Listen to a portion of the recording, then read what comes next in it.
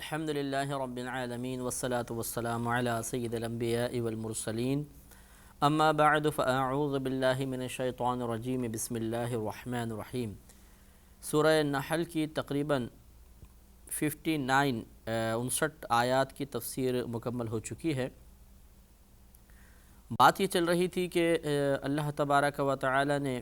کفار کے لیے ارشاد فرمایا، انہوں نے یعنی 57 نمبر آیت میں اللہ نے ارشاد فرمایا تھا کہ اور وہ اللہ تعالیٰ کے لیے بیٹیاں بناتے ہیں حالانکہ اللہ تعالیٰ کو اس سے پاکی ہے، اور اپنے لیے وہ چیز پسند کرتے ہیں کہ جس کی یہ خواہش رکھتے ہیں۔ یعنی پہلا تو اس میں قصور اللہ نے ان کے بیان فرمائے تھے۔ ایک قصور تو یہ تھا کہ اللہ تبارک و تعالیٰ کے لیے اولاد ثابت کرنا، حالانکہ اللہ تعالیٰ وحدہ ہے، لا شریک ہے، اس کے ساتھ کوئی کسی بھی لحاظ سے شریک نہیں، لہٰذا یہ ایک جرم۔ پھر دوسری بات یہ کہ اگر یہ اس طرح انہوں نے کیا بھی تھا تو پھر اللہ تبارک و تعالیٰ کے لیے اعلیٰ کو چھوڑ کر ادنیٰ کو اختیار کرنا، یہ قابل گرفت بات کہ اپنے لیے بیٹوں کو پسند کرتے تھے اور اللہ کے لیے انہوں نے بیٹیوں کو ثابت کرنے کی کوشش کی۔ یعنی یہ کہا کرتے تھے کہ فرشتے اللہ کی بیٹیاں ہیں، جیسے کہ ہم نے تفصیل سے اس کو ذکر کیا، اور بہنیں اگر سن رہی ہوں تو اس کو برا محسوس نہ کریں کہ ہم نے کہا کہ مرد اعلیٰ ہوتے ہیں عورت ادنیٰ ہیں۔ یہ تقسیم دراصل اللہ تبارک و تعالیٰ کی جانب سے ہے کہ اللہ نے مرد کو بہت سے امور میں اولویت عطا فرمائی ہے، افضلیت عطا فرمائی ہے، عورتوں کو ادنیٰ رکھا ہے، لیکن یہ بعض امور کے اعتبار سے ہے، ایسا نہیں کہ کلی طور پہ ہر عورت ادنیٰ ہے۔ جیسے سیدہ عائشہ صدیقہ رضی اللہ تعالیٰ عنہا ہیں کہ وہ کروڑوں اربوں کھربوں مردوں سے افضل اور اعلیٰ ہیں۔ یہ مجموعی اعتبار سے ہے کہ مجموعی اعتبار سے مرد کو عورت پر فوقیت حاصل ہے۔ تو یہ ان کا دوسرا قابل گرفت جرم تھا کہ انہوں نے اللہ کی طرف ایک ادنیٰ چیز کو منسوب کیا، جبکہ اپنے لیے اعلیٰ کی تمنا رکھتے تھے، تو گویا کہ انہوں نے اپنے آپ کو اللہ تعالیٰ سے بلند مرتبے پر رکھا۔ اور پھر آگے اللہ نے 58 نمبر آیت میں ان کی اس حالت کا بیان فرمایا کہ یہ اللہ کے لیے جس چیز کو پسند کرتے ہیں، یعنی بیٹیاں، جب خود اللہ تعالیٰ ان کو یہ بیٹی عطا فرما دے تو ان کی کیا کیفیت اور کیا حالت ہوتی ہے۔ لہذا اللہ نے ارشاد فرمایا وَإِذَا بُشِّرَ أَحَدُهُمْ بِالْأُنثىٰ، اور جب ان میں سے کسی ایک کو لڑکی کی خوشخبری دی جاتی ہے ظَلَّ وَجْهُهُ مُسْوَدًّا وَهُوَ كَظِيمٌ، تو دن بھر اس کا منہ کالا سیاہ رہتا ہے اور وہ پیچ و تاب کھاتے رہتا ہے، غصے میں مبتلا رہتا ہے، یعنی اسے خبر بڑی بری محسوس ہوتی ہے۔ اور جیسے آج کل ہمارے جاہل بعض لوگ ہوتے ہیں کہ اگر عورت کے ہاں بچی پیدا ہو گئی تو وہ اس کو قصوروار ٹھہرا کر اس پہ غصہ اتارنے کی کوشش کرتے ہیں، یہ ایک جہالت کی بات ہے۔ تو یہ اللہ نے کفار کے بارے میں ارشاد فرمایا کہ جب ان کے ہاں بیٹی پیدا ہوتی ہے، کوئی خوشخبری دیتا ہے تو چہرہ سارا دن سیاہ رہتا ہے اور وہ غصے میں مبتلا رہتا ہے۔ گویا کہ جس چیز کو اپنے لیے شدید ناپسند کر رہا ہے اسے اللہ کے لیے ثابت کرنا کس طرح یہ مروتاً بھی مناسب ہو سکتا ہے، اس پہ غور کرنا چاہیے۔ پھر آگے ارشاد فرمایا، یہ جو پچھلی آیت تھی کہ یتوارا من القوم من سوء ما بشر بہ، اور وہ لوگوں سے چھپتا پھرتا ہے، اپنی قوم سے چھپتا پھرتا ہے اس چیز کی برائی کی وجہ سے جس کی اسے بشارت دی گئی ہے، خوشخبری سنائی گئی ہے۔ یعنی معاذ اللہ بچی کو حقیر اور کمتر سمجھ کر وہ اس کی پیدائش کو اپنے لیے ایسی عار محسوس کرتا ہے، اس سے ایسی شرم محسوس کرتا ہے کہ قوم سے منہ چھپاتا پھرتا ہے کہ میں سامنا کیسے کروں گا۔ یہی کیفیات آج کل ہمارے معاشرے میں بھی ہوتی ہیں، بعض جگہ، ہر جگہ ایسا نہیں ہوتا، بعض لوگ بچیوں کی پیدائش پہ بہت خوشی کا اظہار کرتے ہیں، مٹھائیاں وغیرہ بھی تقسیم کی جاتی ہیں، مبارکباد قبول کرتے ہیں، اور ان کے جذبات اور کیفیات بالکل تبدیل نہیں ہوتے۔ جبکہ بعض جو تھوڑا سا نیچے تھوڑا سا جن کا ذہن ہوتا ہے، کمزور ذہن رکھتے ہیں، کمزور باطن ہوتا ہے، جہالت کا غلبہ ہوتا ہے، اور اطراف میں بھی کچھ جاہل قسم کے لوگ ہوتے ہیں جو لڑکی کی یا لڑکے کی پیدائش کو عزت و ذلت کا معیار بناتے ہیں۔ تو ایسے لوگ جو ہوتے ہیں پھر وہ بیٹی کی پیدائش پر اسی قسم کا مظاہرہ کرتے ہیں کہ وہ افسوس کا اظہار کرنا اور برا بھلا کہنا، عورت کو ٹوکنا، اس کو برا کہنا کہ تم بچیاں پیدا کرتی رہتی ہو، اس طریقے سے اس کو ٹینشن میں مبتلا کرنا۔ وہ 9 مہینے تک اس نے بچے کی اذیت کو برداشت کیا، پھر پیدائش میں جو اس کو تکالیف ہوئی وہ تمام کو نظر انداز کر کے پھر اس کے بعد اس کو یہ تحفے دینا کہ تم نے بچی پیدا کر دی، تو معاذ اللہ وہ اس کے اپنے قدرت و اختیار میں تو نہیں تھا۔ یہ اصل میں اس عورت پر اعتراض نہیں بلکہ براہ راست نہیں تو ایک واسطے سے، عورت کے واسطے سے اللہ پر اعتراض ہے کہ اللہ نے بیٹی کیوں دے دی، اور اللہ تبارک و تعالیٰ کے افعال و اعمال پر اعتراض کرنا بہت زیادہ قابل گرفت ہوتا ہے۔ اور پھر ان جاہلوں کا یہ ایک طریقہ جو تھا وہ اللہ نے بیان فرمایا ایمسکہ علی ہون ام یدسہ فی التراب، کیا اسے ذلت کے ساتھ رکھے گا یا اسے مٹی میں دبا دے گا۔ یہ اکثر یتیم بچیوں کے ساتھ یہ اس طرح کرتے تھے کہ انہیں انتہائی ذلت کے ساتھ رکھتے تھے، بعد میں تانے دیے جاتے تھے، انتہائی حقارت والا سلوک کیا جاتا تھا، جبکہ لڑکے کے ساتھ اچھا سلوک کرتے تھے، اور یا پھر انہیں مٹی میں دفنا دیا کرتے تھے۔ تو یہ صرف یتیموں کے ساتھ ہی نہیں، بعض اوقات اپنی بیٹیوں کو بھی یہ کفار جو تھے جہالت کی وجہ سے دفنا دیا کرتے تھے، عار محسوس کرتے تھے، یہ اس چیز میں شرم محسوس کرتے تھے کہ ہماری بیٹی کسی اور کے گھر میں جائے، کوئی اس کا شوہر بنے، اور اس چیز کو بھی شدید ناپسند کرتے تھے۔ اور یہی آج کل بعض صورتحال بعض مقامات پر ہے کہ اب تو الحمدللہ بہت اصلاح ہو گئی ہے، ورنہ بعض جگہ ایسا ہوتا رہا ہے کہ بچیوں کی شادی نہیں کرتے تھے کیونکہ کسی کو داماد بنانا اپنے لیے باعث ذلت و عار محسوس کیا جاتا تھا۔ لہٰذا ایک تو اس وجہ سے کہ ذلت ہے، دوسرا دولت کے لالچ میں کہ اگر بیٹی کو ہم بھیجیں گے تو جہیز بھی دینا پڑے گا اور بہت ساری دولت نکل جائے گی، وہ بچیوں کو ساری زندگی کنوارا رکھتے تھے۔ اور ابھی بھی بعض جگہ ایسا گاؤں وغیرہ میں ہوتا ہے کہ بچیوں کو کنوارا رکھتے ہیں، اور ہمارے اندرون سندھ میں بعض اوقات بچیوں کی شادی قرآن سے کروا دی جاتی ہے کہ اب تم بس قرآن کے ساتھ تمہاری شادی ہو گئی ہے، اس کی ویسے شادی نہیں کرواتے، اور اس طرح انتہائی ظلم کے مرتکب ہوتے ہیں۔ اللہ نے آگے ارشاد فرمایا کہ الا ساء ما یحکمون، خبردار یہ کیا ہی برا حکم لگاتے ہیں، یعنی کیا ہی برا یہ فیصلہ کرتے ہیں کہ بچیوں کو زندہ دفن کر دینا اور ان کے ساتھ برا نازیبہ سلوک کرنا، یہ انتہائی برا ہے۔ اس سے ہماری وہ بہنیں بھی ذرا درس حاصل کریں کہ جو اس زمانے میں دینی پابندیوں کے خلاف علم بغاوت اٹھا کے کہتی ہیں کہ یہ مولوی نے دین کو تنگ کر دیا ہے، اور یہ دین میں تو بہت ہی زیادہ پابندیاں ہیں اور آزادی ملنی چاہیے، وہ ذرا ان حالات کے اوپر غور کریں کہ عورتیں کتنی اذیت اور مشقت میں تھیں کہ بچیوں کو سارے زندگی ذلت اور عار میں رکھا جاتا تھا یا ان کو زندہ دفنا دیا جاتا تھا۔ ایک مرد کئی عورتوں سے شادی کرتا تھا، کوئی لمٹ نہیں تھی۔ اسی طرح جتنی مرضی چاہیں وہ طلاقیں دے سکتا تھا، طلاق دیتا پھر رجوع کر لیتا، پھر طلاق دیتا پھر رجوع کر لیتا۔ عورت کو اگر عدت گزارنی ہوتی تھی تو پورے 1 سال تک اسے ایک تنہا خیمے میں بند کر دیا جاتا تھا، اور وہ انہی کپڑوں کے اندر اور گندگی کے اندر وہ بیچاری وہاں گزارا کرتی تھی، اور پھر 1 سال بعد وہ اونٹ کی مینگنیاں پھینکتی ہوئی باہر نکلتی تھی، جو اس بات کی علامت ہوتی تھی کہ کسی عدت پوری ہو گئی ہے۔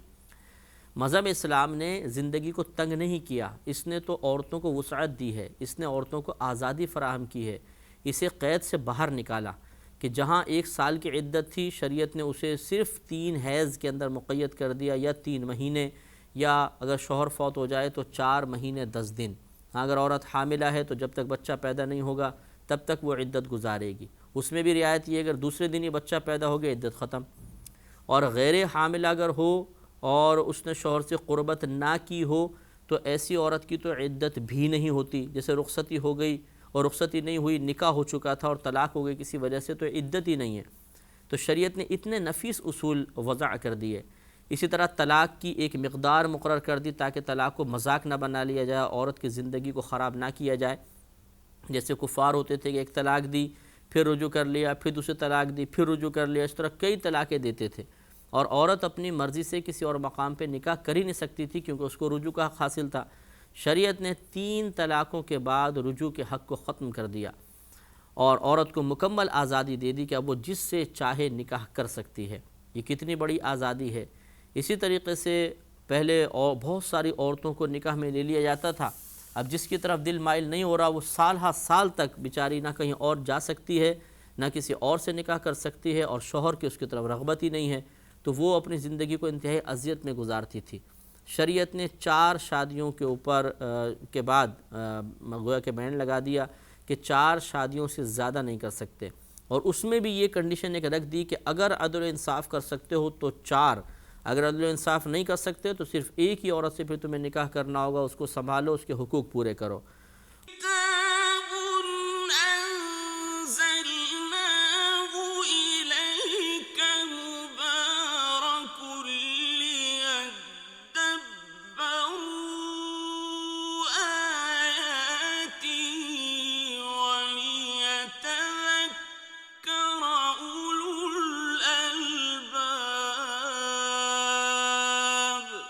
نبی کریم صلی اللہ علیہ وسلم نے ارشاد فرمایا کہ اگر کسی کی ایک سے زیادہ بیویاں ہوں اور وہ ان کے درمیان عدل و انصاف سے کام نہ لے تو وہ میدان محشر میں اس حال میں آئے گا کہ اس کی ایک جانب ایک سائڈ جو ہے وہ فالج زدہ ہوگی، شل ہوگی، بالکل ہاتھ جیسے لٹکا ہوا ہے، کام ہی نہیں کر رہا ہوگا۔ یہ اس بات کی علامت ہوگی کہ اس نے اپنے ازواج کے درمیان عدل و انصاف سے کام نہیں لیا۔ تو آپ غور فرمائیے کہ شریعت نے، ہمارے نبی کریم صلی اللہ علیہ وسلم نے، قرآن نے تو عورت کو آزادی بخشی ہے، ورنہ اصل میں تو عورت مقید تھی۔ اسی طریقے سے پھر بچیوں کے بارے میں نبی کریم صلی اللہ علیہ وسلم نے ایسی باتیں بیان فرمائیں جسے میں نے کچھ پچھلے پروگرامز میں عرض بھی کی تھی کہ ان باتوں کی وجہ سے یا ان روایات یا ان فضائل کی وجہ سے صحابہ کرام کی رغبت جو ہے بچیوں کی طرف زیادہ ہوئی، اور صحابہ کرام بچیوں کے ساتھ اچھا سلوک کرنے لگے، یا جو دیگر لوگ تھے اسلام میں داخل ہوتے گئے اور بچیوں کے ساتھ بہت اچھا سلوک کرتے تھے، اور ان کی قدر و قیمت بڑھا دی گئی۔ مثال کے طور پہ نبی کریم صلی اللہ علیہ وسلم نے فرمایا جس نے 3 بچیوں کی کفالت کی، انہیں پال پوس کے جوان کیا، بالغ کیا، اس کے بعد ان کا نکاح کر دیا، تو وہ اور میں جنت میں اس طرح ہوں گے۔ کسی صحابی نے پوچھا رسول اللہ اگر کسی کی 2 بچیاں ہوں تو فرمایا اس کے لیے بھی انعام ہے۔ کسی نے پوچھا اگر 1 بچی ہو، فرمایا اس کے لیے بھی انعام ہے۔ تو اتنی کرم نوازی تاکہ بچیوں کے ساتھ اچھا سلوک کیا جائے، اچھی تربیت کی جائے، ان کو حقیر نہ سمجھا جائے۔ اسی طرح نبی کریم صلی اللہ علیہ وسلم کا یہ فرمان کہ جب تم تحفہ دو، گھر میں تحفہ دو تو بچیوں سے ابتدا کرو، یعنی لڑکا لڑکی ہیں تو بچیوں سے ابتدا کرو۔ کتنی پیاری بات ہے، کتنی نفیس بات ہے، تاکہ بچیوں کا دل نہ ٹوٹ جائے۔ چھوٹا دل ہوتا ہے، نرم دل ہوتا ہے، حساس زیادہ ہوتی ہیں، زیادہ باتیں محسوس کر لیتی ہیں، تو پہلے اپنی بچی کو دو، پھر لڑکے کو دو، تاکہ بچی کو کسی طریقے سے احساس کمتری نہ ہو کہ میں ایک لڑکی ہوں، اس وجہ سے مجھے تحفہ بعد میں دیا گیا۔ اور ایک روایت میں نے یہ بھی پڑھی تھی کہ نبی کریم صلی اللہ علیہ وسلم نے ارشاد فرمایا کہ بچیوں کو لڑکوں سے 2 گنا دو، یعنی ڈبل تحفہ دو، تاکہ اس کو احساس ہو کہ میرا لڑکی ہونا کوئی باعث عار نہیں ہے، عیب نہیں ہے، بلکہ یہ ایک قابل فخر چیز ہے، یہ قابل رشک چیز ہے، یہ ایک نعمت ہے اللہ تعالیٰ کی بہت بڑی جو اللہ نے عطا فرمائی ہے، معمولی چیز نہیں ہے۔ اور پھر نبی کریم صلی اللہ علیہ وسلم کے اگر آپ حیات طیبہ کا مطالعہ فرمائیں، تاریخ اٹھا کے پڑھیے اور دیکھیے کہ نبی کریم صلی اللہ علیہ وسلم کا عمل کیا تھا۔ لہذا جب بی بی فاطمہ رضی اللہ تعالی عنہا نبی کریم صلی اللہ علیہ وسلم کی خدمت اقدس میں ملاقات کی غرض سے حاضر ہوتی تو آپ ان کی تعظیم کے لیے کھڑے ہو جاتے تھے، ان کی پیشانی پہ بوسہ دیتے، پھر اپنی چادر مبارکہ بچھا کے اس پر ان کو تعظیم کے ساتھ بٹھایا کرتے تھے۔ تو خود نبی کریم صلی اللہ علیہ وسلم نے اپنی صاحبزادی کی تعظیم کر کے، ان کو عزت دے کر، ان کا احترام کر کے قیامت تک آنے والے لوگوں پر یہ بات منکشف کر دی کہ بچی قابل حقارت چیز نہیں ہے، وہ حقیر نہیں ہے، معمولی نہیں ہے، کمتر نہیں ہے، وہ بہت باعظمت ہے، اس کی تعظیم کرنی چاہیے، اس کا احترام کرنا چاہیے، اور کوئی بھی ایسا کام نہیں کرنا چاہیے جس سے اس کے دل کو تکلیف و رنج پہنچے۔ تو اب خود بہنوں کو غور کرنا چاہیے کہ مذہب اسلام نے آپ کو عزت دی ہے یا ذلت میں مبتلا کیا ہے؟ مذہب اسلام آپ کو بند کر کے رکھنا چاہتا ہے یا آپ کو شرعی حدود، قیودات، حیا اور شرم کی حدوں کا لحاظ کرتے ہوئے آزادی دینا چاہتا ہے؟ اگر آپ تھوڑا سا غور کریں گی تو یہ سب باتیں آسانی سے آپ کی سمجھ میں آ سکتی ہیں۔ اب ہوتا یہ ہے کہ قرآن و حدیث کے خلاف یا اللہ اور اس کے رسول کریم صلی اللہ علیہ وسلم کے خلاف براہ راست بولنا تو قابل گرفت ہو سکتا ہے۔ کوئی کہے گا بھئی تمہیں شرم نہیں آتی، اللہ اور رسول کے خلاف بول رہا ہوں، تو پھر وہ اپنا جو زاویہ نظر ہے یا جو مرکز تنقید ہے وہ 15ویں صدی کے داڑھی والوں کو بنا لیتے ہیں، جی مولویوں نے دین تنگ کر رکھا ہے، تو اصل میں اب اللہ اور رسول کو تو برا کہہ نہیں سکتے، تو پھر چلو جی مولوی کو ٹارگٹ بنا لو، دیندار لوگوں کو بنا لیجئے، اسکالرز کو بنا لیں، مفتیان کرام کو بنا لیں کہ انہوں نے دین تنگ کر رکھا ہے۔ تو اگر قرآن اور حدیث کوئی شخص بیان کرے اور آپ کا وہ جو قرآن و حدیث میں بیان کردہ مضمون ہے وہ آپ کی مرضی کے موافق نہ ہو، تو اس میں بیان کرنے والے کا کیا قصور ہے بتائیے؟ قصور تو اس کا بھی نہیں ہے کہ جس نے قرآن کو نازل کیا، جو نبی ہمارے قرآن لے کر آئے، معاذ اللہ ان کا بھی قصور نہیں ہے، قصور ہمارے عقل، ہماری فہم کا، ہماری سمجھ کا ہے۔ لیکن بہرحال اپنے آپ کو معصومانہ انداز سے تنقید سے بھی بچاتے ہیں، اور پھر وہ مولوی حضرات کے اوپر تنقید کر کے اپنے دل کا غبار بھی ٹھنڈا کر لیا جاتا ہے۔ یہ غلط طریقہ ہے، ایسا ہرگز نہیں کرنا چاہیے۔ اگر آپ کسی پر مثلا زبان اعتراض دراز کر بھی رہے ہیں تو یاد رکھیے کہ یہ براہ راست نہیں، تو تھوڑا سا گھوم کر جاتا اعتراض وہیں پر ہے، اللہ تعالیٰ اس کے رسول کریم صلی اللہ علیہ وسلم کے احکامات پر ہی اعتراض ہوتا ہے، اسی کو ہم ناپسند کر رہے ہیں، اس پر ناپسندیدگی کا اظہار کر رہے ہیں، اور یہ انتہائی قابل گرفت بات ہے، اس سے توجہ کرنی چاہیے۔ تو اب دیکھیں یہ بات سمجھ لیں کہ اگر کوئی شخص آپ کو دین کی بات بتا رہا ہے اور آپ کو وہ بات ناگوار گزر رہی ہے، تو اس پر غصہ اتارنے کے بجائے، اسے برا بھلا کہنے کے بجائے تھوڑی دیر کے لیے آنکھیں بند کر کے غور کریں کہ اصل میں بات ہے کس کی، کیا اس کی اپنی بات ہے یا یہ کسی کے پیغام کو پہنچا رہا ہے۔ اگر کسی کے پیغام کو پہنچا رہا ہے تو پھر اس کا کوئی قصور نہیں، اس کو برا بھلا کہنے کا کیا فائدہ۔ بالکل یوں سمجھ لیں کہ ایک ڈاکیہ آپ کے پاس ایک خط لے کر آئے اور اس میں آپ کے لیے گالیاں لکھی ہوئی ہوں خدا نخواستہ، تو بتائیے کہ آپ ڈاکیے کو مارنا شروع کر دیں گے؟ نہیں۔ کیا آپ اسے برا بھلا کہیں گے کہ ایسا خط کیوں لے کر آئے؟ نہیں، بلکہ آپ اسے رخصت کر دیں گے۔ ہاں، جس نے خط لکھا ہے اس پر آپ غم و غصے کا اظہار کریں گے۔ تو معلوم یہ ہوا کہ جو پیغام پہنچانے والا ہے اس کا کیا قصور ہے، وہ تو آپ تک پیغام پہنچا رہا ہے۔ ہاں، اگر کوئی اپنے پاس سے بیجا قیودات بڑھائے، جو شریعت نے قید نہیں لگائی، جو کنڈیشنز نہیں رکھیں، وہ اپنی طرف سے لگانے کی کوشش کرے،